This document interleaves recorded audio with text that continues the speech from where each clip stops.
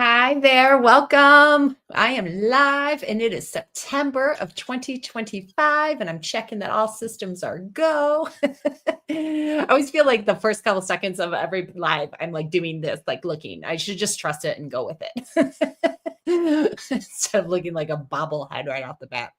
My name is Trisha Broderick. I'm with Ignite Insight and Innovation. Welcome to today's live stream. And today's topic is on tips on writing. Now, I just recently announced, not very like massively, but it's been announced. It's not quiet or secret anymore that I am writing a second book with another author and a new co-author. For the second book, and I'm going, although we've highlighted the topics and stuff, all of that things, but I wanted to spend a little bit of time talking about tips of writing that I've learned since writing the first book and now writing the second one, and what I've experienced and what I realize now is helpful with things. So granted, if you've never written before, this can be beneficial even in blog writing. It doesn't have to be a book per se, but just some tips that I'm out there for what that was. So first thing, when you are switching up a collaborator, you need to honor the new collaboration. I'm actually in a totally separate category. Just did this again this morning. Like, this is literally the call that I just got off of.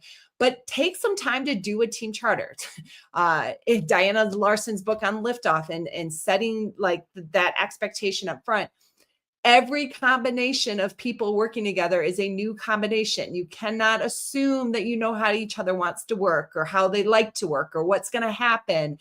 And each collaboration that you're doing, you have to honor that collaboration, that situation, and that dynamic. And so even someone like me, I can feel sometimes a little silly going, oh gosh, I'm going to make us do a team charter when it's just the two of us writing this book, or it's just the two of us now collaborating on this other thing. And it's like, no, I'm going to do it because there are things I need to highlight and make clear expectations, and they can form from how do you prefer to get engaged and talk with it. Like, I don't want you to ping me on Slack. It's not going to be good for your health nor mine.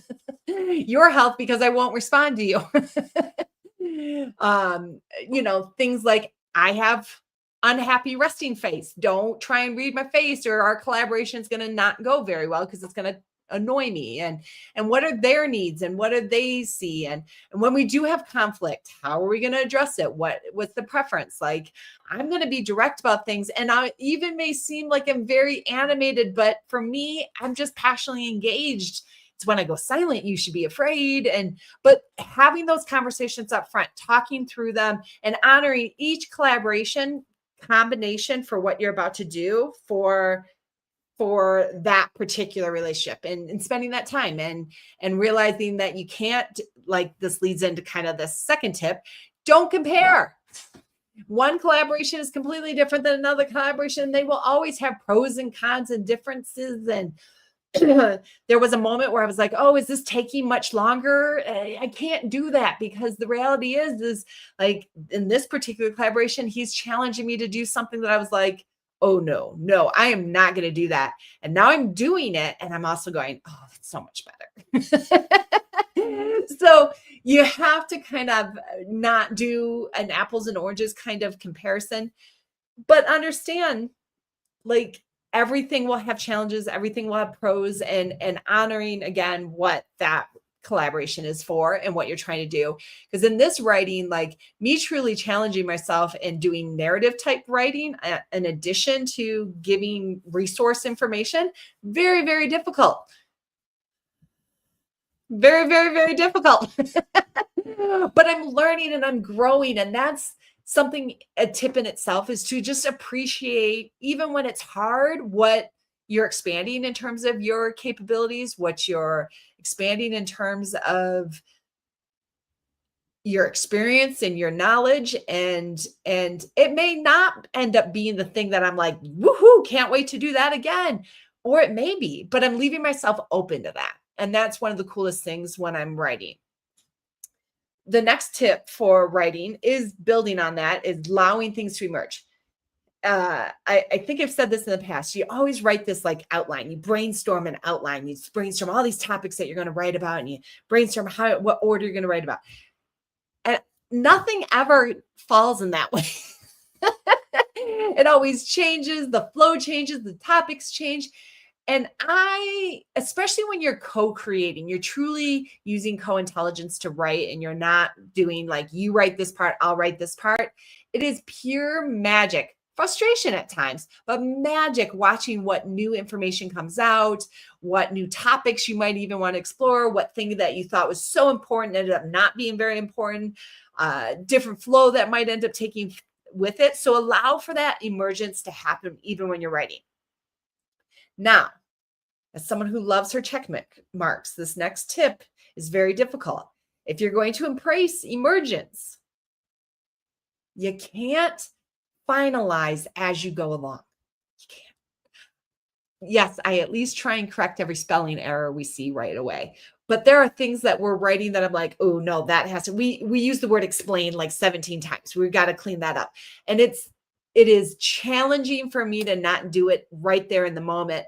But the problem is then I lose my train of thought and my flow of the content. And I really have to focus on content, not on nuance, styling. It's the same thing as like when I'm creating a PowerPoint deck for speaking. I don't do styling first. In fact, I don't even touch styling until I'm the end. And I think I have to think about that with writing in the same way. All the nuanced word switches, extra periods, checking for double space. I know I still double space after a period. I can't help it. I'll have to fix that later, but not to worry about it in the moment and just focus on kind of that dump, that content and letting that emerge. And it is hard for me, but it is important. I will say one of the things that is different this round of writing that has actually been very helpful for me, as much as I'm still allowing it to merge, as much as I'm not focused on styling. When I wrote with Diana Larson for Lead Without Blame, we actually wrote mid-chapter first just to test out our relationship, test out our writing, see if there was something there, and then went back and kind of built around that chapter. And obviously that chapter changed dramatically as we went along. It has been nice to actually start kind of from chapter one, even though we're going to be changing it and adding to it and doing all that stuff. It has been nice to kind of be in the flow from the chapter, especially when we're doing a narrative writing as well. I'm not so sure I could have done the narrative writing if we were jumping all around or started in the middle and went back to the beginning. So I think by starting at the beginning, it has opened the doors for some of these other elements, like the narrative writing addition element.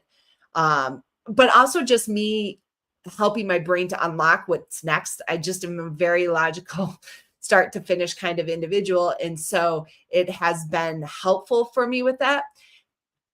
I'm reserving the right to change my mind later if we find what happens with this. But I have enjoyed being able to do it that way this go around. So those are some of the things that I'm experiencing that's just seeing differently than when I wrote the last time. I'm also finding myself now that I have just I'm agreed, I've announced that I'm writing the second book. Even my writing when it comes to blog posts, articles, even emails, honestly, I think there is a mental part of me, and I've talked about this in the past, that I was like, I am not a writer, blah, blah, blah, blah, blah. And I can definitely tell that my identity has changed when it comes to that. I find it easier now. I find it less scary. I find my imposter syndrome not being as loud. And I just kind of start writing and am able to go with that and give myself grace where I need to. And so that's been the other really interesting part is this is a quote, and I won't do the quote correct, but there's something like, you're a writer when you just write. And I think there's some element of that for me is I needed the first book to like really label myself a writer, or at least let my identity go there. But now I'm like, no, okay, I can write. Is it still as great as somebody else? Nope, I'm not delusional.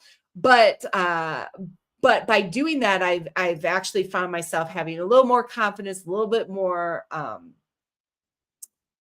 intention with what I'm writing now, and being kind of, I'll say, a little proud, a little engaged in a different way than I've ever been in the past, which is a cool side effect of being resilient when it comes to continuing to write and continuing to engage in this forum and this medium. So hopefully that's helpful. If you have topics that you want me to rant about or give tips on, just let me know. Enjoy. It's September. Time is flying by. Time is flying by. I will be at Star West in California at the end of this month. I will be in Toronto at Star Canada next month. Besides those two things, I don't have any other conferences with that.